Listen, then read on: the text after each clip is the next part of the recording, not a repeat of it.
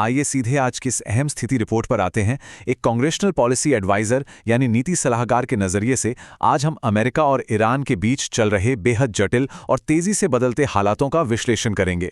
जब बात भू राजनीति की आती है तो स्पष्टता और सटीक जानकारी ही सबसे बड़ी ताकत होती है। इसलिए बिना किसी देरी के सीधे तथ्यों, आधिकारिक दस्तावेजों और जमीनी हकीकत पर ध्यान केंद्रित करते हैं।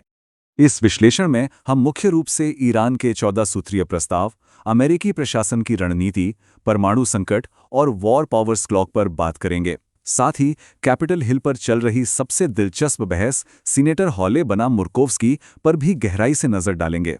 तो शुरुआत करते हैं उस कूटनीतिक चाल से जिसने हाल ही में हलचल मचा दी है, ईरान का नया शांति प्रस्ताव। ये 14 सूत्रीय प्रस्ताव पाकिस्तान के जरिए वॉशिंगटन पहुंचा था। ये दरअसल अमेरिका के 2 महीने के युद्ध विराम वाले 9 सूत्रीय प्लान का सीधा जवाब है। ईरान की मांगे बिल्कुल टू द पॉइंट है। अपनी सीमाओं के पास से अमेरिकी सेना की वापसी, ईरानी बंदरगाहों की नौसैनिक नाकाबंदी को तुरंत खत्म करना और लेबनान में हर तरह की शत्रुता पर रोक। इतना ही नहीं, वो चाहते हैं कि 30 दिनों के भीतर एक पक्का समझौता हो जो युद्ध को पूरी तरह समाप्त करे, न कि सिर्फ एक टेम्पररी पॉज या अस्थायी युद्ध विराम दे। एक नीति सलाहकार के नजरिए से ये काफी आक्रामक लेकिन बेहद स्पष्ट कूटनीतिक कदम है। अब सवाल ये उठता है कि वॉशिंगटन में प्रशासन इस पर कैसी प्रतिक्रिया दे रहा है। प्रतिक्रिया बिल्कुल भी हैरान करने वाली नहीं थी। राष्ट्रपति ट्रंप ने इसे देखते ही साफ कर दिया और उनके शब्दों पर गौर करें, मैं सोच भी नहीं सकता कि यह स्वीकार्य होगा। भले ही दस्तावेज के हर एक शब्द की समीक्षा चल रही हो, लेकिन प्रशासन का रुख एकदम स्पष्ट है। मौजूदा रूप में यह प्रस्ताव अमेरिका के लिए किसी नॉन स्टार्टर से कम नहीं है। यहाँ कूटनीतिक भाषा का एक बहुत ही दिलचस्प इस्तेमाल देखने को मिलता है। ईरान नाकाबंदी हटाना चाहता है, लेकिन अमेरिकी प्रशासन अपनी कार्रवाई को एक दोस्ताना नाकाबंदी यानी फ्रेंडली ब्लॉकेड कह रहा है। तर्क यह है कि ये चल रहे संघर्ष का विस्तार नहीं है।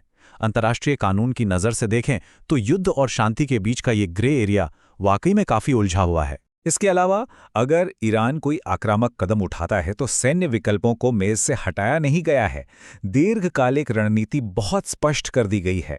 प्रशासन क्या कहना है कि हम यहां से नहीं जा रहे हैं, हम इसे पूरा करेंगे ताकि किसी को 2 या 5 साल बाद वापस ना आना पड़े।